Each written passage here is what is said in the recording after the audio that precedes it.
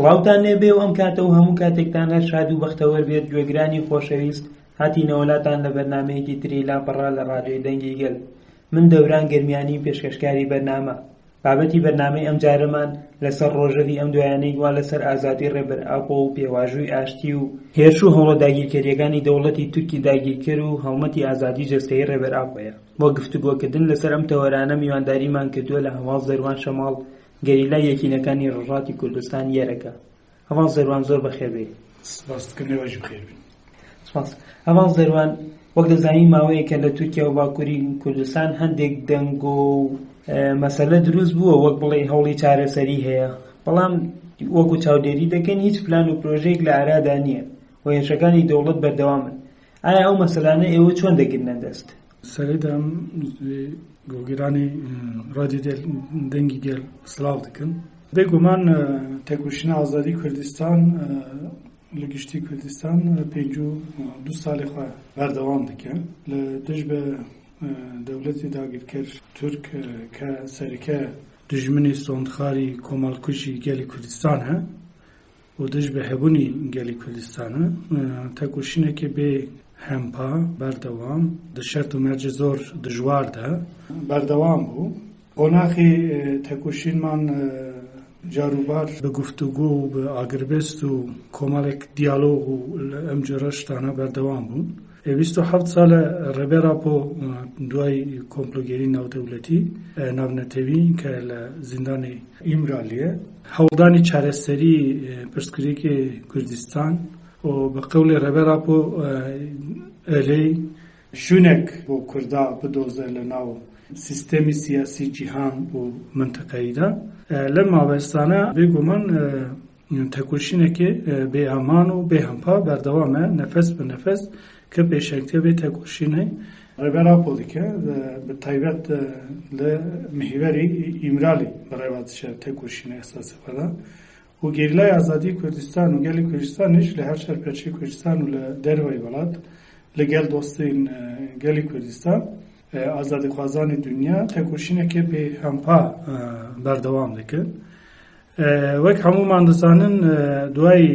2013 کە پێواژۆیەکی دیالۆگە ناوبەری هەلگەری ئازادی کوردستان پێشەنگتە ڕێبەرئاپۆ دەوڵەتدا لەگەڵ دەوڵەتی تورکی داگیرکەر بڕێوە چوو. 2015 ئەم دیالۆگا کۆتایی پێهات. بە قەولی ڕایەدارانی دەوڵەتی تورکی داگیرکەر گوتیان ما پێواژۆ یانجا بارە قۆناغ هەلگرتیە بۆ مجەمیدە فرێزەر دەمیوی کاتیوی هات ئەمێ دەربخن لەسەروی ئەساسی ئەو پێواژۆ کۆتایی پێهێنان. وەکەم دەزانن شۆڕەشی ئازادی کوردستان لە پەرچێمە ڕۆژاوای کوردستان و باکوور ڕۆژهەڵاتی سووریە شۆڕەشی 19 تیرمەح دەست پێ کرد. لە بەرامبەر ئەم شۆڕەشە دەوڵەتی تورکی داگیرکەر کەوتنەوە پانیکێکی زۆر جدی زۆر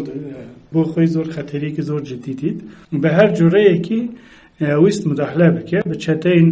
ئەلنووسرا و ئەلقایدە و ئەوانە لە سەرەتا هەوڵدا مداخلە بکرد. دوایی هەندێک گروپین کە ئۆپۆزیسیۆنی سووری بوون ئانین بە چێکردن وەک چەتە بەوانە ئێریشکردن نەتوانی بوون ڕێگیری لێ بکەن. دواتریش وەک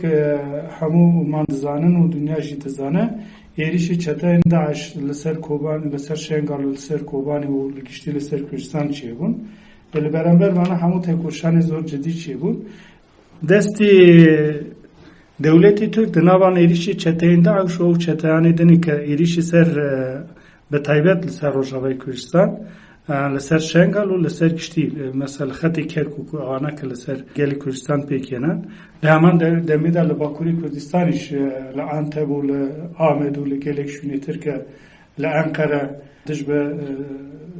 ئازادیخواز و تێکۆشەرانی گەلی تورکی و گەلی کوردستانیش قاتنامی زۆر جدی زۆر مەزن پێکێنا. ئەنجامی ئەم هەموو تەدبیرانەش هەموو ئەم ئێریشانەدا ئەو پێواژۆی کە دیالۆگ 2013 دەست پێ کرد بوو کۆتایی پێهات. 2014 لە کاتێک لە ناوبەر ئەم دیالۆگانەدا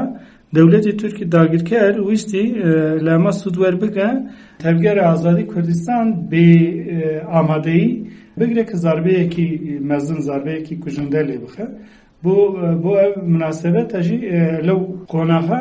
گفتگو نقاشیان لسر اوا بوی دولت ترک داگیر اساسا لسر مدل سریلانکا که سریلانکا کان دش به تامیلان دش به گلی تامیل و تکوشینا گلی تامیل سریلانکا ایریش بیکنن و تکوشینوان دربه کی مزن دربه کی کجنده خوار اوانش لسر همان مدل به همان اقلیتی که کمال کجی لسر تبگیر آزادی کردستان و لسر گلی کردستان برنامه کی و دارشتن 2014 به ناوی برنامه چوکدانین çok tekuşin azadi geli Kurdistan dane ve bir münasebet mabesti erişeki zor berfere bekenan 24 tirme 2015 erişeki hafta du tayare erişeki zor berbela و zor ciddi bekenan tabi de encama bevajo kıhtemi ama 10 sale bevajo ki be navber ya şer دنابرا تبگیر آزادی کردستان و دولت ترک داگیر دا بردوام دو شهرین به امان خوناخی به امان در واس بود ده انجام دا آکام دا تکوشینا گیرله آزادی کردستان تکوشینا گیلی کردستان تکوشینا سیاست کردستان ملی چاندی هنری دیپلماسی و لشکری بگشتی دا و به تایبت برخوادانیا کربر آپو لئیم را لرابر کری ده انجام دا دولت ترک داگیر کرد آنی bu merhaleyi ki etir devlet Türk dahilker neçar be da asti heri endamin xoyi faşist ki karakteri faşist bu nivan lay hamu dünya ve zanre u hizbeki çon kontrayı hatne da mezrandın o ana de encam da ki ortağı beraberini devlet Türk'ün ama 10 sale gel Erdoğan AKP ve MHP rejimi ve nusate binav kırı de encam em darbeye da de encami em berpadaniya mezin tekuşina mezin ka peşketiye devleti Türk dena xweda demeli siyasi aburi u civaki da ve taybet iş demeli diplomasi nav devleti da ket nav qeyraneki zor ciddi zor gevle lenav qeyrana ne kare derkeve de heman vakta ke şerru proje u hamle nu siyasi ke roşlat navin henin همومان ما چند سال که دژین و شهادتی لیدکن لناو تکوشان دکن اما نوالی کرد که مترسی که زور جدی دولت ترک سر خولی خویجی هست بکه بگمان یه سرکی و اساسی اوه تکوشین آزادی کردستانه دولت ترک لروی آبوری سیاسی جواکی و لدهاتی سیاسی شتا خستیانا غیرانه که زور جدی و تا دولت ترکیه و دەربازبوون و قەیرانانە هەنگاوێکی وا داوێژە یان مەسەلە چییە؟ بێگومان هەنگاوێک کە دەوڵەتی تورک ئەوێ باوێژە دەسەریدا وەک ستراتێژی یان وەک تاکتیک بۆ دەربازبوونە لەم پێوەژوەیە ئەو لە خۆی دیارە چونکی لە لیدوانی ڕایەداری دەوڵەتی تورک بەخۆیژی ئەمانە دیارە لە لیدوانی ئەردۆغان شەفی فاشیستی دەوڵەتی تورک ئەردۆغانیش لە ئەوانی تریش چونکی ئەلێن بەرنامە بەخۆیان ئەلێن برنامه İsrail هست که ایریشی ترکیه که ایریشی ترکیه دیاره مسئله مابست یعنی اسرائیل راستی یان مابستی که در هیا برنامه که در که لروشلاتی نوراست و کبال رزدار دوران کالکانجی دگله که نویس و ایتار و برنامه خوی تلویزیونی دا آماجه پیکردویه پروژه که نوی آبوری او اساساً برنامه که نو لسر دابش کردنی مسئله آبوری لخورلات نوراست لعرايه مسئله خطی ویزه که لهندستان تا اسرائیل و حتی قبرس و اروپا و آوانا دیار دولت ترک داخل لمانا ببشه بو ایجی ایوه کمالک ریگیری بکه ایوه کمالک مداخله بکه مداخله کانجی دیار بون لشهر حماس لغزه و فلسطین و هری کوتای شهر فلسطین لشهر حزب الله و اسرائیل و حولدان و تابدان دولت ترکیه داخل کرد بو که ایران بکه و نو کورایی و خلایی ام شهر اتابی لمانا همو دیاره که برنامه که خلی لسر دولت ترک بخویجی هی خال دولت ترکیه داخل کرد یه هری لواس چیه اما 105 سال تکوشین آزادی کردستان بردوامه به تایبت اما 100 سال کمار ترکیه که دامزرا و کماره که کمالکوژی لسر کمالکوژی نتوان و گلان آناتولیا و مزوپوتامیا دامزراندن مترسی که جدی لسر خوی ابینه بو یویش بو که بتوانه بخواه لم قناخ لم دروازه تی پرینه آنج درباس بکه پێویستی بە کۆمەڵێکی شت هەیە بۆیژی ئەو کارکتەری فاشیستی تورک مەهەبە چی گوتی وتی ئێمە ئاشتی ناو خۆمان پێک بینن کورد گەلانی ئاناتۆلیا ناوینیش ئیتر لەوە ئەوەندە تەجروبەیان هەیە ئاشتی ناوخۆ نەبوو دەوڵەتی تورک ئەگەر ئاشتیەکی ناوخۆ هەبە ئەویش بۆ گەلانی ئاناتۆلیا و مەزۆپۆتامیا هەبە ji bo kirinekeve nav geme û baziyê dewletê Türk ji bo kixa ji qonaxa têperîne û şêwaz û modelê xwe faşîst berdewam bike. Hey ewa ew hêşane çend digirine dest sêrekê em çend roje berdewam hêriş hebû li ser tevgerî azadî. Li layek şo ama basî aştî û pêkentinî aştî li nav xwe Tirkiye wane dikiret. Belam hêrşî pêkatekan dike, hêrşî gelî Kurd dike. بێگومان دەوڵەتی تورک بەرنامەی شەر تەواو نەبیە بەرنامەی شەر کە ئەم گفتوگوانە ئەلەساس بانگیان ئەوایە کە ئێمە قۆناغێکین و دەست پێ بکن و ئاشتی ناو خۆمان بکن و ئەمانە بەشێکی ئەم مەسەلانە هەوڵدانێکی دەوڵەتی کورد کە بەرنامەیەکیان هەشی بە لە ئێساسدا لە پڕاتیکا ئێستا دەوڵەتی تورکە و شەڕێکە لە ناودایە بەردەوام دکە بۆ یەژی ئەمە پێمان شتێرێ ئەمە چەند تاکتیکێکی شەڕی تایبەتە و چەندیش بەرنامەیەکی جددیە بۆ یەژی ئازادی خوازانی بە تایبەت تەوگەری ئازادی کوردستان لە هەر چاربەشی کوردستان ئەوەی کە لەسەر ناوی کورد و کوردستان بوون حرەکەتکە تەر دیگەرە تێکۆشین دکە لە هەر شوێنی دنیا دەبێ بڵاوبێ لە هەر کام پەرچەی کوردستان دەبێ باو ببێ نەچار تەدبیری خۆ وەربگرێت چونکە دەوڵەتی تورکی داگەر ئێوەی لە دەمی دیالۆگ و پرۆسە ئاژی ئەگەر شتێکی بە ناوی پرۆسەی دیالۆگ و دانوستانی ئاشتی و ئەم جۆرە شتانە هەبن جارێکی تریش ئەم دەوڵەتە ئەوی هەوڵ بدە زاربەی کوژندە زاربەی جدی لە تەوگەری ئازادی کوردستان بدە بۆ یەژی دەبێت تەکۆشەرانی ئازادی کوردستان لە هەر لەم قۆناغە بە تایبەت لە قۆناغی لەم جۆرە شێوازانە زۆر وریا زۆر بە تەدبیر بن ئێمە با لە بیرمان نەچێت 2013 لە پاریس لە کاتی دیالۆگ و چاوپێکەتن لەگەڵ ڕێبەرا و دەوڵەتی تورکی داگیرکرد پێشەنگێکی وەک هەواڵ سارا و هەواڵ فیدان و هەواڵ لەیلا لە ناوەندی پاریس لە بیرۆی ئەنفەرماسیۆنی کوردستان شەهید کران ئەمە چمان پێدەڵێ ئەم دەوڵەتە کارکتەری ئەوایە یعنی کاتێکی دەستێکی درێژت دەکرد دەستی دەندە خەنچەرێکی ژەهراوی لە دەستی هەیە پێویستە تێکۆشەرانی ئازادی کوردستان لەما وریابن بۆ یەژی قۆناغێکی خەتەری زۆری لە ناوخۆی هەڵدەگرێ لە هەمان وەختە ئەگەر بتوانن تێکۆشینێکی ڕاست تێکۆشینێکی بە پیتەکە ئێمە بتوانن کە لەم لاوازی ڕژیمی تورک کەوتێتە ناو بقۆزن و تێکۆشینی ئازادی گەلان لە مەزۆپۆتامیا و ئاناتۆلیا و لە منتیقەی ڕۆژهەڵاتی ناوەڕاست بگشتی بە پیتە بکەن نێزیکی یەکتر بکەن و بەرخوادانیەکە هین لە قۆناغێکی پێشتاتر پێش بخن ئەو کاتە ئێمە دەتوانن ئەو شتێکە ئێلێن تێخم بە نیەت و تێخم بە پراتیک و بەرنامە ئەگەر نا ئەمە تەنها بە قسەی ئەوان تەو بگەڕن حرەکەت بکن و ئەوانە بکەن بێگومان ئەمە دەستی فاشیستی تورک بەهێزتر دەکە و زەمینەی ئیریش بۆی حازر دکە بۆ یەژی مەسەلا لە هەمان کاتی کە ئەم گفتوگوانە چێ دەبن ئێریشێکە بێناوبەر بەربەڵاو تون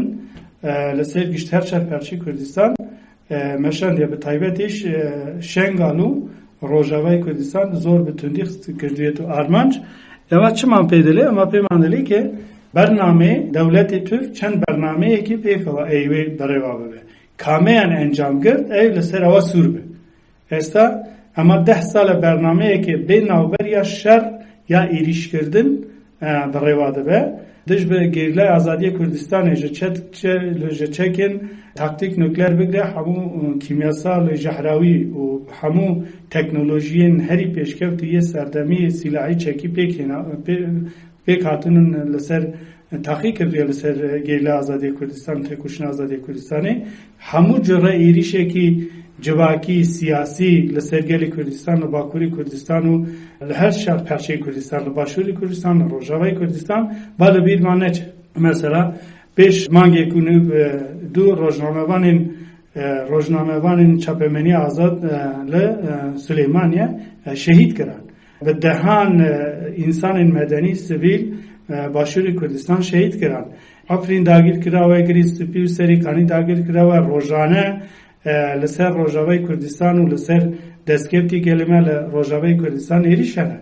و لە خاکی باشووری کوردستان بە قاسی 30 کیلۆمەترە قوڵایی و لە درێژایی سینۆرەکە کەوتنەتە ناو خاکی باشووری کوردستان و خاک کۆنتڕۆڵ دەکەن وێزگەی ئاسایشی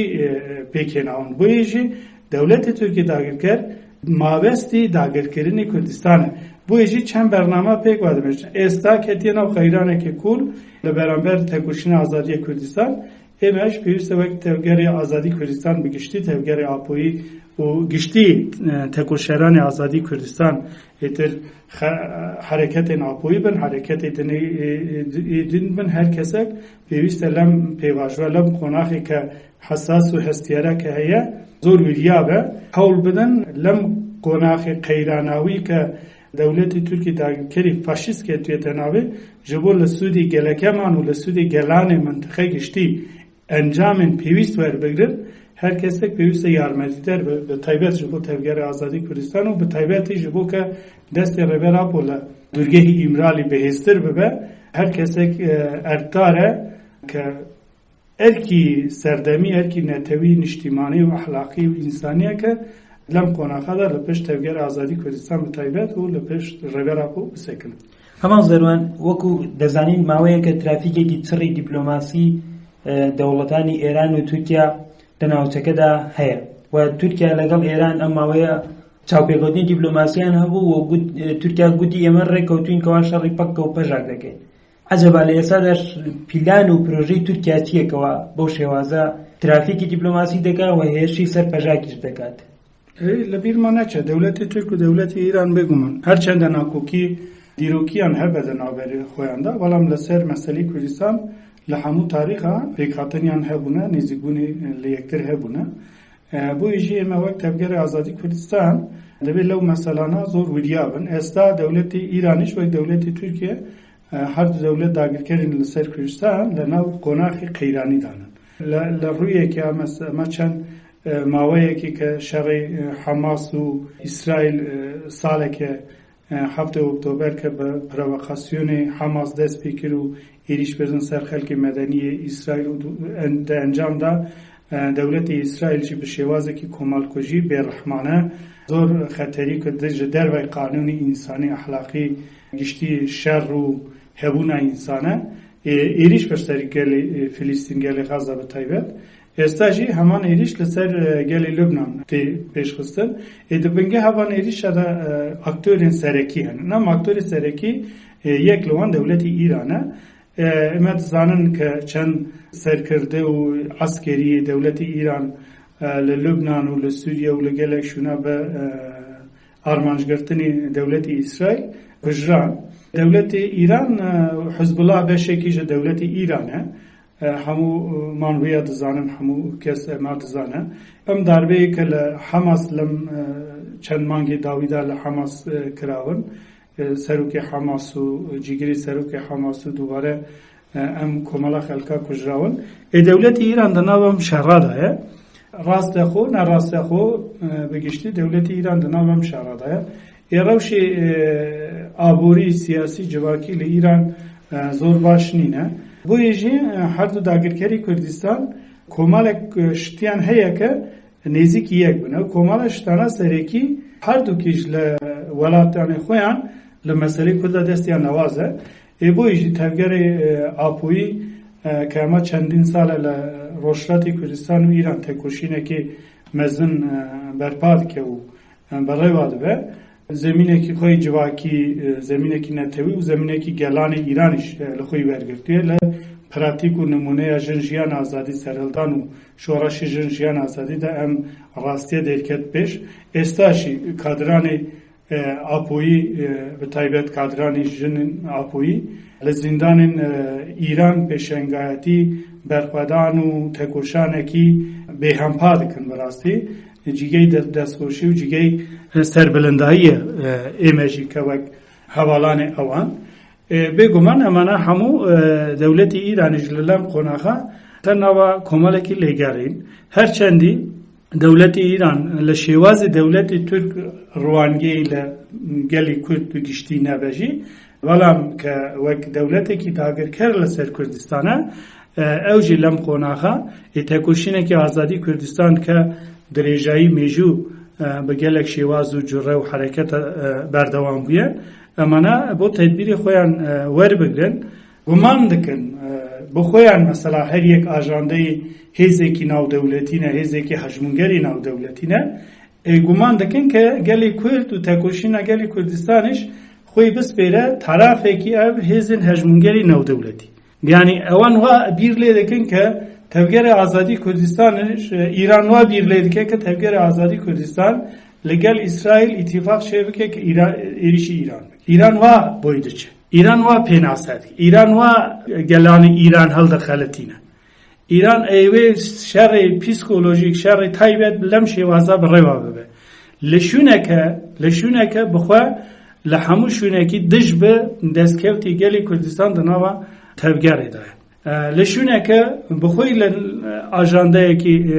هیز ناو دولتیه لشونه که بخوی لگل امریکا و لگل سعودیه و برگی سعودیه و برگی چین و برگی جدا لگل امریکا و لگل اسرائیل بنداد بشیوازه کی لناو چاپی کردن و لناو لحب کردن و لناو نزانم چیدانه لشونه که امانه وانن شده که لناو دیپلماسی نو دولتی که گلی تکوشن آزادی کردستان پر زور لروی اخلاقی مجال به هندک شد ناده والام بو خویان که امانه بو خویان وقت حق دبینن کاته که مسئله ده به تفگر آزادی کردستان به نحق دبینن یعنی به حرام دبینن یعنی اشتاکی که بو خویان حلاله بو تکوشن آزادی گلان ایران و به تایبت گلی کردستان حرام دبینن امانه وایلید که هم هر دو دشمنه نزدیکی یک بک بالام ایمد زانن دولتی ترک انجام ده اندامی ناتوه او به برنامه ناتو ده انجام ده حرکت بک ایران اما دزانه لشر آذربایجان و لشر ارمنستان ایمد زانن که مابسته کی اساسی لی اوابو که ایران دور پیش بکن دولت ایران دور پیش بکن ایران اما دزانه بالام رغمی اوابو که خالی اساسی خالی لوازی هری لوازی خوی تکوشن آزادی کردستان و تکوشن گلی کردستانه چونکی دزانه که چه نحقی چه کمالکوژی چه به گلی کردستان دایجین گلی کردستانش گلی که ریخراویه گلی که ریخستنیه تکوشینی هیه گلی که زندیه گلی که لنو حرکت هیه گلی که تکوشر و گلی که شورشگر و دموکراتی خوازه پیشنگتیه گلانی منطقه دی که گلی ایرانشی دی که مثلا ده پراتیکا جنجیان آزادی تا امراستی وکی روژه روناک درکه بود بو ایجی اوان خویا نزدیک یک دکن مابستیان اوایه حول دن لم قناخه وک سردمی 3 سالی 20 جاره کردن هف پیمانه که بتوانن بنچه بکن و بتوانن به هیز هشمونگری دنیا بدن قبول کردن که ستاتیو کردستان وک کوی بردوام ستاتیو گلی کردستان لناو پنچی قرکردن دا وک کوی بردوام به ایدی اوام به اوان چیان ویست لسر گلی کردستان پیک بین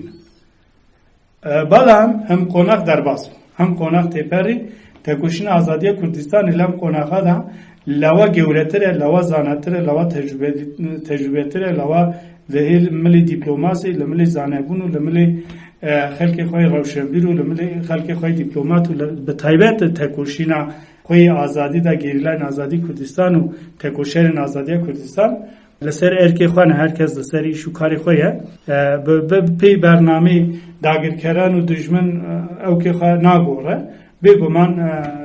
باندور شرک استال منطقه هیه تکوشن آزادی کردستانش حول داده جه سودمن به بو گلان بو طرفی گلان جبهی گلان آشتی و دموکراسی و آزادی گلان برپا به لم خوناخه تبگر آزادی کردستان ده آبویی به طایبت منطقه خورات ناورست دناو حولدان دانه ایران و روشاتی کردستان به همان شواز اردوغان و دولت فاشیستی ترک ایوه به بردکی دو چوک بخه یعنی ایوه به شر طایبت هم او کمالک خلقی که کردستان هیه و کمالک برجواندی وانی باسیتی پیچوک لگل هنک بازرگانی ترک و دولتا ترک و ام شوازانه هنه وان با باندور بکه به طایبت لپرچندنی کردستان که کمالک خلقی لدروبری او مالباتا خاین کم بونه مالباتا برزانی خاین کم بونه به امانه اوان باندور بکه لهمان وقت اشتا ایوه ایران هل خلیتینه دم پی بده ونده کرن بو ایجی ئەوان بۆ خۆیان ئیشی خۆیان دەزانن، ئیشمان نییە کە ئێمە عاقل بدەن دەوڵەتی ئیران و نەزانم کێ، ئەوان ئیشی خۆیان دەزانن، بەڵام پێویستە ئێمە هەموو خەڵکی منتقە هەموو هێزên منتقەی خۆڕات ناوەڕاست دەزانن کە دەوڵەتی تورکی داگیرکەر ئەنجام دا ئەندامی ناتۆیە، هەرکەس تەدبیری خۆ لە بەرامبەری ئاوا. بەڵێ هەواڵ زەروان ئەوێ زین ماوەی 3 ساڵ و نیوە گۆشەگیریەکی توند لەسەر ڕێبەر ئاپ و بەڕێوە دەچێت و هەمووانی شۆک پلیلی چارەسەری دەیبینن، یعنی لە ئاستی دنیاشدا ئەو خاوەنداریە لە ڕێبەر ئاپ بۆ دەبینین کە ئەو کلیلی چارەسەری هەمیشە بەناو دەکرێت. بەڵام لەم کاتدا چاوپێکەوتنی گشت لەگەڵ برازاکەی واتە عومەر ئۆجەلاندا پێکات لە 23 جوتمەدا. لە هەمان کاتدا کۆنسەی یەکێتی ئەوروپاش ساڵێک پێدانی مافی هیوای درێژ کردەوە و CPTش لەم ماوەیەدا بەردەوام هیچ راپۆرتێکی نەداوە و بەردەوام بێدەنگیەکی هەڵبژاردووە. ئایا بەڕاستی دەیانەوێت ڕێی بە تورکیا بدەن لەم قۆناغەدا؟ و ئەم دۆخی کەوا ئێستا هاتوۆتە ئاراوە، ئێوە چەندێک وەک کاریگەری هەڵمەتی ئازادی جەستەیی ڕێبەر ئاپ و چارەسەری پرسی کورد دەیبینن؟ بێگومان ساڵێکی خۆی تەواو کرد تەکۆشینە هەڵمەتی ئازادی بۆ ڕێبەر ئاپ و بۆ چارەسەری پرسی کورد. بێگومان باندۆرێکی زۆر جددی کاریگەری هەیە لە ئاستی هەموو دنیادا بەشداربوونێکی زۆر جددی بۆ ئەم هەڵمەتە چێ بوو. ئەم هەڵمەتە دە قۆناغێکی گەردوونی بووین یاژی دە قۆناغێکی کە ناساندن و تەکۆشینە ڕێبەر ئاپ و تەکۆشینە ئازادی کوردستان بە گەلانی جیهان بە ئازادی خوازانی جیهان و ئەوانش هەم لە ڕووی فکری فەلسەفیدا هەم لە ڕووی سیاسی و دیپلۆماسیدا خۆیان بەشێکی لە تەکۆشینە ئازادی جەستەیی ڕێبەر ئاپ و بەشێکی لە تەکۆشینی چارەسەری پرسی کورد بینین. لەم شێوازە بەشدار بوون، یعنی کۆمەڵێک خەڵکین نخبەیی کە لە دنیا مەسەلەی ئەو کەسانی کە خەڵاتی نۆبێل وەرگرتن و کەسانی کە ڕەوشەنبیرن و کەسانی کە ڕێبەری پێشتر ڕێبەری وڵاتان بوونن، وەزیری وڵاتان بوونن، سەرۆک وەزیری وڵاتان بوونن، بێگومان ئەمانە هەموو خەبات و تێکۆشینەوان لە دژ بە سازیین ئەوروپا، دژ بە سازیە نەتەوی یەکگرتو و دژ بە تایبەت دەوڵەتی داگیرکەری تر بێگومان ئەنجامی خۆیان ئەنجامی هەیە. وا لە بیرمان نەچێ گەلی کوردستان لە دەستپێکی تەکۆشینە ئازادی کوردستان، بەڵام تایبەتیش لە دەستپێکی دیلگرتنی ڕێبەر ئاپ و ڕەفاندن و دیلگرتنی ڕێبەر ئاپ و تا ئەوڕۆ گەلی کوردستان بێوەستان بێک یەک ڕۆژێکی بێ ڕۆژەوێ ڕێبەر ئاپ و بژی بێکڕ یەک ڕۆژێکی هیڤیە خەوندا بکێ بۆ ئازادی جەستەیی ڕێبەر ئاپ و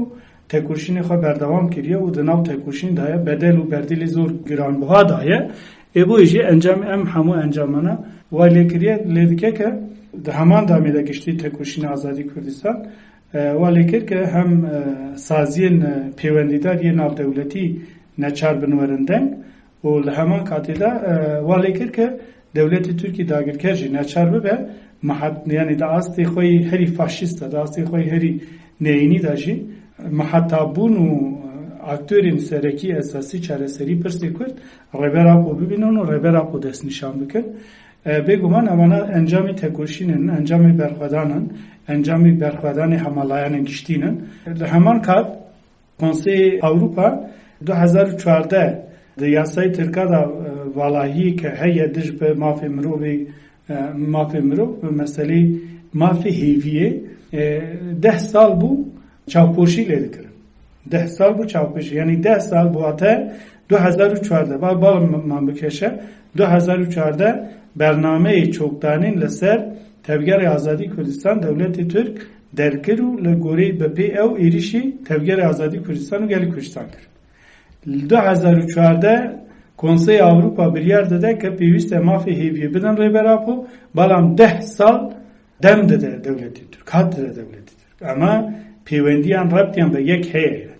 ڕەبتیان بە یەک هەیە. لە قۆناغە هەیی تەکۆشینە ئازادیە کوردستان و تەکۆشینەش بۆ ئازادی ڕێبەر ئاپ و هاتی ئەو قۆناغە کۆنسەی ئەوروپا جارێک دوێم کە ساڵێک درێژ کردە مەسەلەی هێڤی کە دەوڵەتی تورک زاگۆنی خۆی بگۆڕە لە گۆر زاگۆنێن ئەوروپا، چونکی زاگۆن دەوڵەتی تورک داگیرکرد زاگۆنی خۆی دەستوری خۆ دەستورین ئەوروپا بەسەر دەستوری خۆ ڕادزانە نەچارە قانونی خۆ بە پێی قانونی ئەوروپا گۆرانکاری بەسەردابینە. بەڵام جارێکیشی لێرە حیلەیەکی شەرعیە با بڵێن، حیلەیەکی سیاسی دیپلۆماتیک دیرۆکی ویستیان بەرامبەر گەلی کوردستان و بەتایبەت بەرامبەر ڕێبەر ئاپۆپێک بینن. ئەخر ئەوە بۆچی ئەو مەسەلەیە؟ ینی ئەو درێژکردنەوەی بە خاتری چی؟ ینی ئەوە 10 ساڵیان درێژ کردەوە هیچ ئەنجامێکیان نەگەر بەرامبەر تەبگەری ئازادی، ئێستا دەیانەوێت لە ماوەی ساڵێکا چی بەدەست بێنن؟ یان بۆچی ئەو مەسەلەیە؟ دیارە ئێستا لە پرسی پێشووترتانیش هەبوو کە بەڕاستی ئەم دۆخی کە دەوڵەتی تورک نیقاشێکە بۆ مەسەلەی چارەسەری و ئەوانە مەسەلەیەکی بەرنامەیە یانش مەسەلەیەکی هەڵخەڵەتاندنە. دیارە گەلێکی تەکۆشین هەیە لە ناو ئەم تەکۆشینە 2025دا حتا 2025 ئایا دەوڵەتی تورک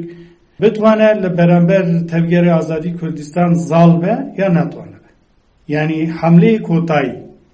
لە بەرامبەر یەکتر پێک بینن. ئەگەر وا ببێ بخۆی دەوڵەتانی ئەوروپا هەموو ئەندامی ناتۆن و دەوڵەتی تورکیش ئەندامی ناتۆیە.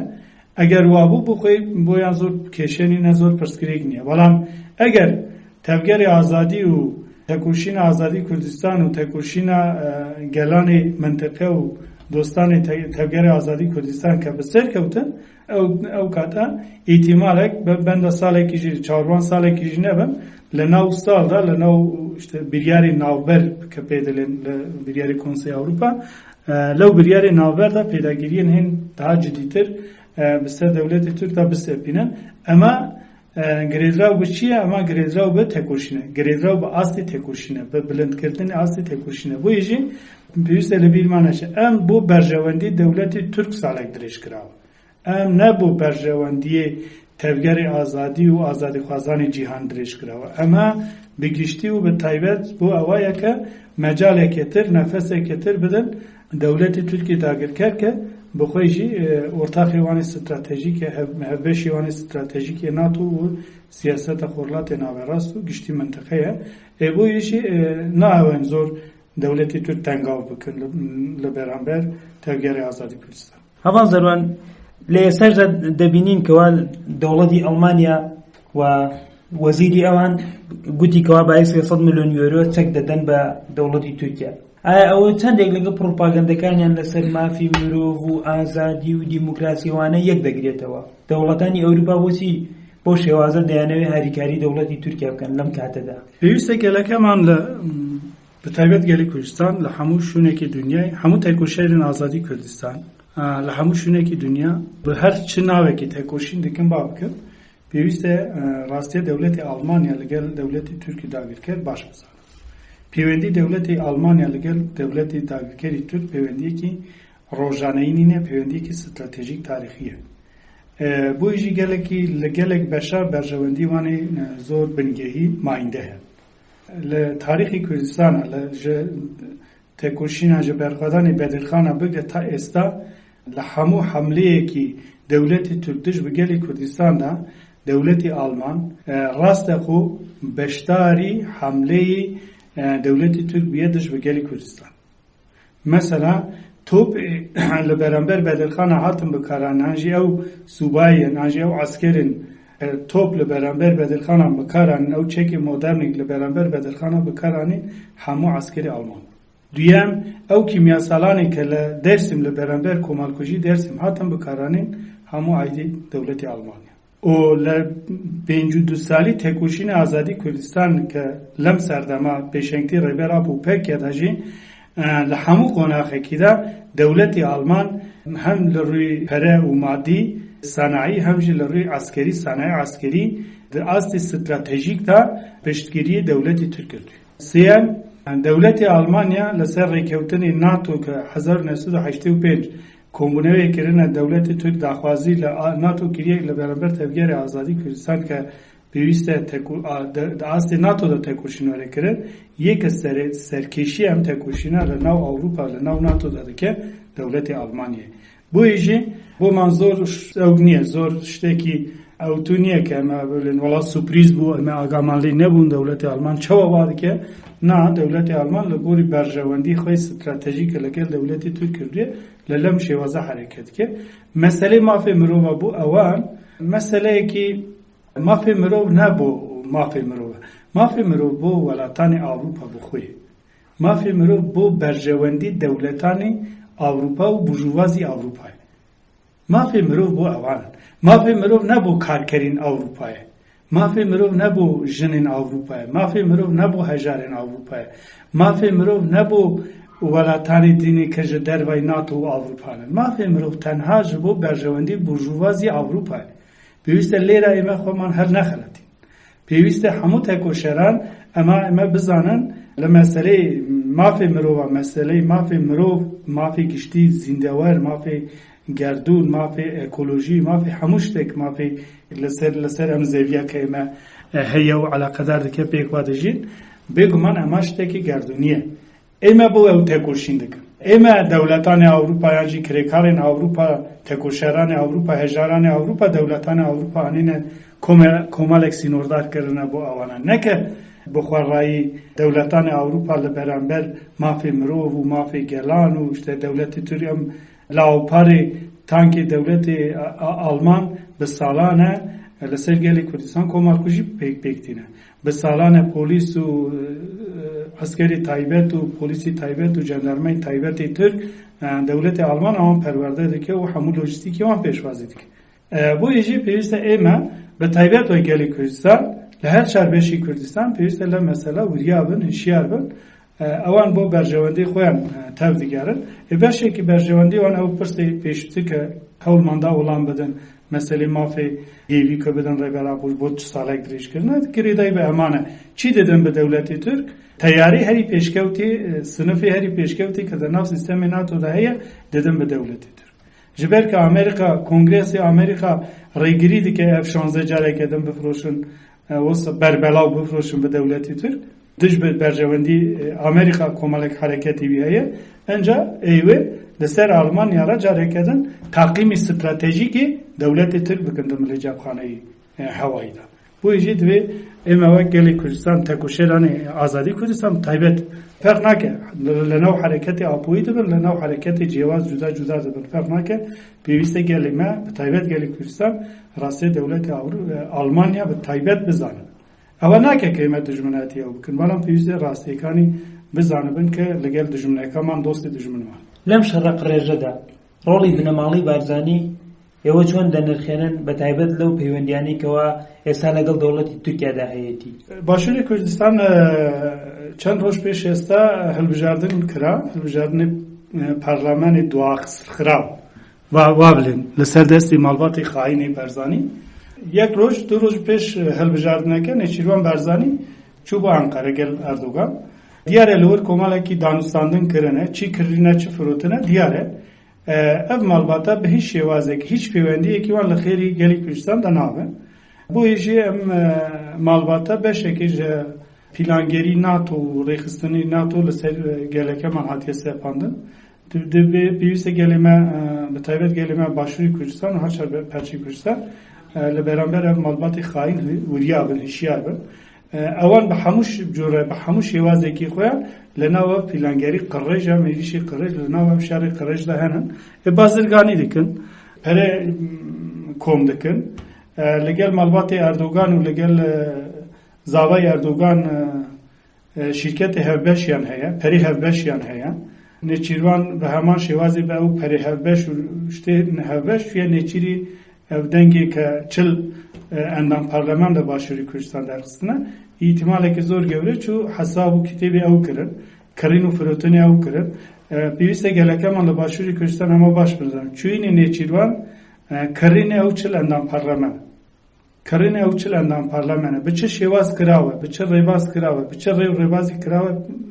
ewa ştekê tireke xelkê pisporê ew meselana etwanin derbikin. Welam ême dizanin ke sedî sed çûyînê nêçîrvan bû zamanetkirin ew çil endam parlamene li rûyê mala barzanî xaîn de meseleyeke psikolojîk e ji ber ku ême hemûman dizanin ke gelê me li Başûrî Kurdistan bi hiç şêwazekî çil endam parlament bi mala xaîn berzanî nat. Em li gelê xweman li Başûrî Kurdistan li mala dilniyanin. Heta ew gelê me ki li endamê Partî Demokratîk Kurdistanin jî ême pê dilniyanin ke ewan dengê xweyan bi ev malbatê xaînî tir natin. Bûyê jî ew kirînê zamanetkirinê çûyînê nêçîrvan e û kirînê ew meselaya mala xaîna berzanî laqê xwe, birnîgê xwe, bi hemû ştê xwe li nav ew şerê qirêj de. هەمان زەران وەک دەزانین تەفگەری ئازادی تەفگەری بەرخۆدانی گەلە و لە بەرامبەر بێمافی و بێدادی و زەوتکردنی ئازادی تێکۆشان دەکات بەردەوام. لە ماوەیەدا هەندێک بەناو ڕۆشنبیر و کەناڵی باشووری کوردستان بوونە دەستەکۆیەک بۆ ڕەواکردنی داگیرکێری و هەتا ئێرانیش وەک بەرەی مقاومە دەبینن هەندێک بەرامبەر هەژمونگەرایی جیهانی و بۆ شێوازە. بەڵام لە هەمان کاتدا ئێوەش وەکو تەبگەری ئازادی وەکو ئەو بەرەی مقاومەیە پێناسە دەکەن. هەڵوێستی ئێوە چییە بەرامبەر ئەو هێرشانە ویان ئەو شتانێکەوە لەسەر ئێوە دەگوترێت؟ بێگومان پێویستە ئێمە لە بیرمان نەچێت لە دنیای ئێستا شەڕی ئیدئۆلۆژیک دێمەشانن. شەڕی ئیدئۆلۆژیک بە چەند جۆرات هەیە. یەک شەڕی ئیدئۆلۆژیک بە کۆمەڵکوژیکردنی فیزیکی تێ بەڕێوە برن. دوو لەسەر شێواندنی زیین تێکرد، لەسەر شێواندنی زیین تێکرد. با لە بیرمان نەچێت ناتۆ هەژمونگەرین دنیا ئێستا لە دنیا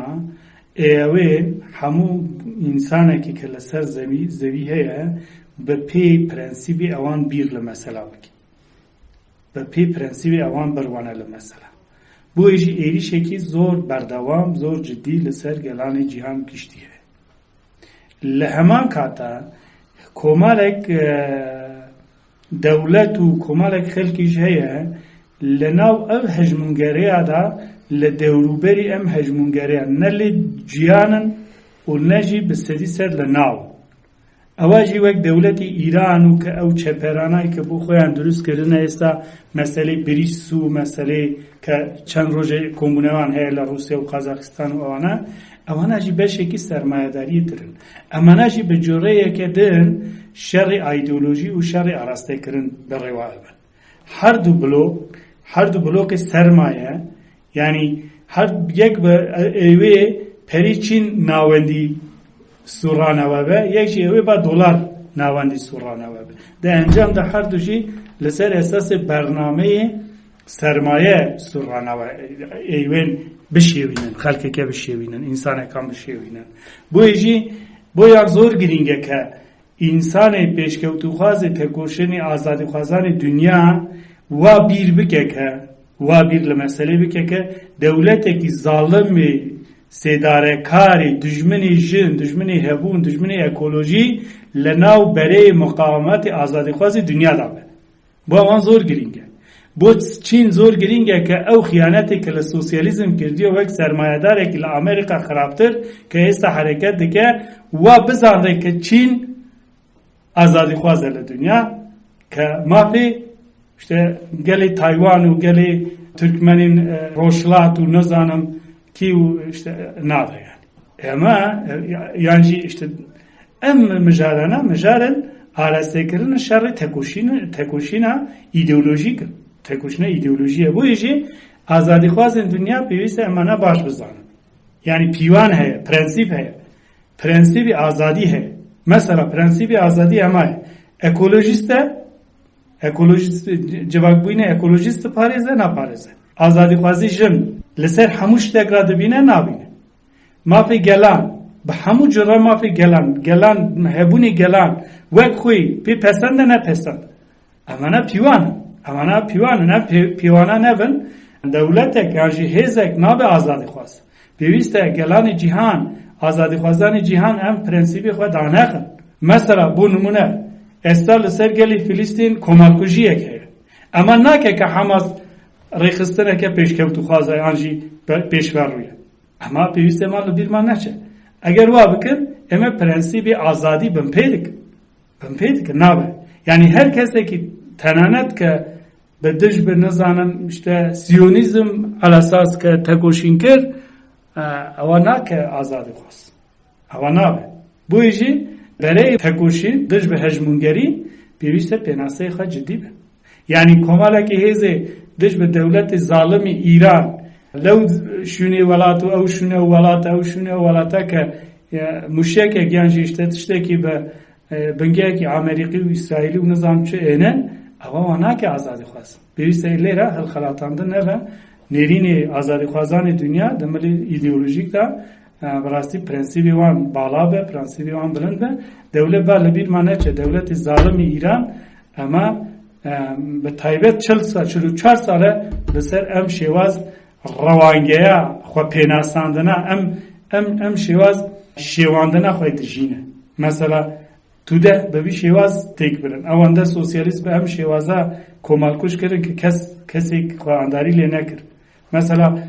دولتان انجی سوسیالیست امریکای لاتین استا چون دولتی ایران داروانن او دش با امریکای تو halbuki لشونه که همو گلانه که ایران هنن همو کریکارانه که ایران هنن همو جنه که ایرانن دجید پنچه قرقره دانن بویجی بیویست تکوشران دنیا لمساله اوا بروانن ایمه برای تکوشینن برای آزادی خوازی دنیانن ولام برای ما جدای لگ او برای آنها بویجی داستی سیاسی پولیتیک روزانه‌ای که است همانه خومن وقت برای سیامین بیناسمان کردوی او گلان منطقه گلان جهان اتفاق استراتژیک ایمه هەواڵ زەروان وەکو کۆتا بەسەر پرسین بانگەوازی ئێوە بۆ کەسانی ئازادی خواز و دیموکرات چییە لە بەرامبەر هێرشەکانی دەوڵەتی تورک و هەروە گرنگی ئازادی جەستەیی ڕێبەر ئاپۆ بەتایبەت بۆ ڕۆژهەڵاتی کوردستان و ئێران بێگومان تەکوشینی ئازادی کوردستان لە پێشەنگتیە ڕێبەر ئاپۆدا 52 ساڵە بێ ناوبەر بەردەوامە بەدەلی ئەوەی هەری مەزن ڕێبەر ئاپۆ پێشوازی کردا سەر شانێ خۆ ئەو ڕۆژی وایە ڕۆژی یەکەمیش وا بوو ئەو ڕۆژی وایە بۆیشی تەکوشین کردن بۆ ئازادی کە فەلسەفەی ڕێبەر ئاپۆ ئەمە مانیفێستۆی شارستانی دەموکراتیک و ئەنجی تەکوشینی پەرسپێکتیفên پرەنسیبên لەسەر ئەساسی پرەنسیبی فەلسەفەی مۆدەرنیتەی دەموکراتیکە پێش دکەوە ئێستا هەموو دنیا هەموو گەلانی دنیا لە خۆی گرتووە ئەمە ئاستێکی زۆر جدیە ئاستێکی زۆر باڵا زۆر بلندە تەکوشینکردن لە پێناو ئازادی جەستەیی ڕێبەر ئاپۆدا تەنها ئەوە نینە کە ئەمە بۆ تەکوشین ئازادیکردنی کەسێکی تەوزگارن تەکوشین دەکەن لە هەمان وەختەدا تەکوشینی ئازادیکردنی خۆمانە وەک فیلۆزۆفانی سەردەمژی پێناسەکردنە یعنی ئەم خاڵێکی زۆر گرینگە نقطەیەکی زۆر ئێستاسی زۆر حەساسە کە مەسەلەی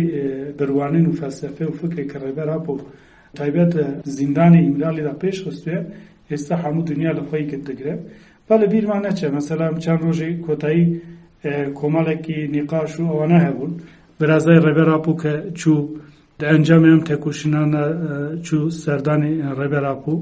دەولەتی فاشستی تورک بە هەموو کارێکتەرانی خۆی کە کەتیە ناوە ئالۆزیەکی یاسای خۆی ئەساسی کە بمپێ دکە مافی هەر گرتیەکی هەیە کە لە زیندانی ئەودایە ماڵباتی ئایلەی پارێزەرانی کە بچن سەردانی ئەمە ئەم ڕێبەر ئاپۆ لەم ماپا لە مەحروم کردبوو دوای کە ئەم سەردانە چێبوو چالێکیەکی لە ئەنقەرە چێبوو یعنی بنگەهی فاشیست دەولەتی فاشیستی کە بنگەهی ویە تەیارە و نزانم چی و ئەوانایە هەر ڕۆژ لەسەر گەلی کوردستان و لەسەر تەرگەرە ئازادی کوردستان و لە هەر چاربەشی کوردستان بۆمباردمان دکە و ئینسانمان قەتل دکە کۆمەڵکوژ دکە و بنگەهی مەی ئابووری و ژیانی تایبەت ڕۆژاوای کوردستان هەموو دکە ئارمانج و وێران دکە لە بەرامبەر ئەمە مەسەلا چالاکیەکی پێشکەوتیە ئەم چالاکیە بینن ئەم کۆمەڵێک خەڵکی لەواز و خەڵکی بەڕاستی دەمە لێ ستراتەژی سیاسی و ئیدیۆلۆژیکدا یعنی ئەمە ڕەشکردنی یانژی بە مابەستێ